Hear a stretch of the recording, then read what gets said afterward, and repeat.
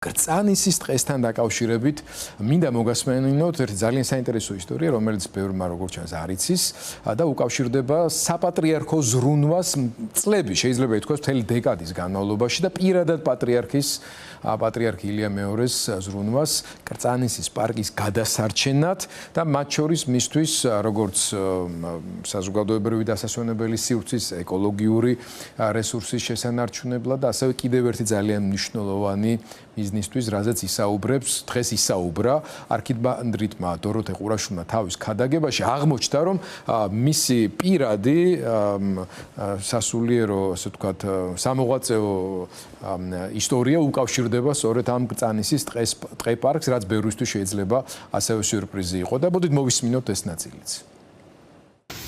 რაც შეეხება ტყე-პარკს, მე ვიყავი იქ ერთი პერიოდი პატრიარქისგან დირექტორად დანიშნული და მომილოცა პატრიარქი.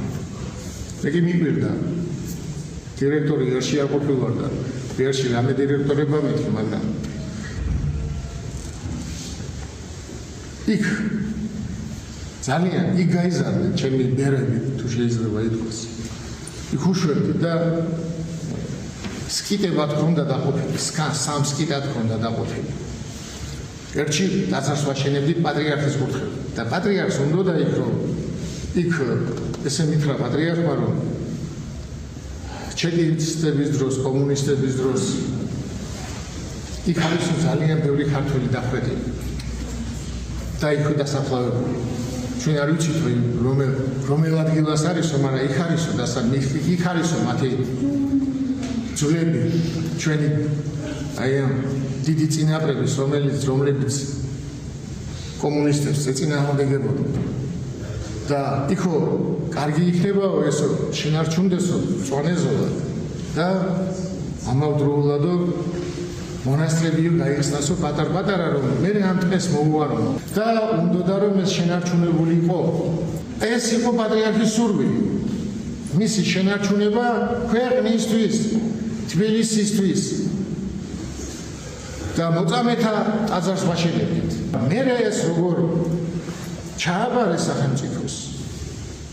მე არ ვიცი. ერთად შეწყვიტეს ურთიერთობა. თავად ეს ქადაგება მთლიანობაში ძალიან საინტერესო იყო, მაგრამ თავისთავად საინტერესო არის ისტორია კრწანისის ტყე-პარკის, მისი უწმინდესობის პირადი მცდელობა მის გადასარჩენად და ძალიან უცნაურია, რომ დღეს საპატრიარქოს წარმომადგენლები, მღვდელმთავრები საერთოდ დუმან, განსაკუთრებით აი ამ ეჭვით და ბურუსით მოსილ პროექტთან დაკავშირებით.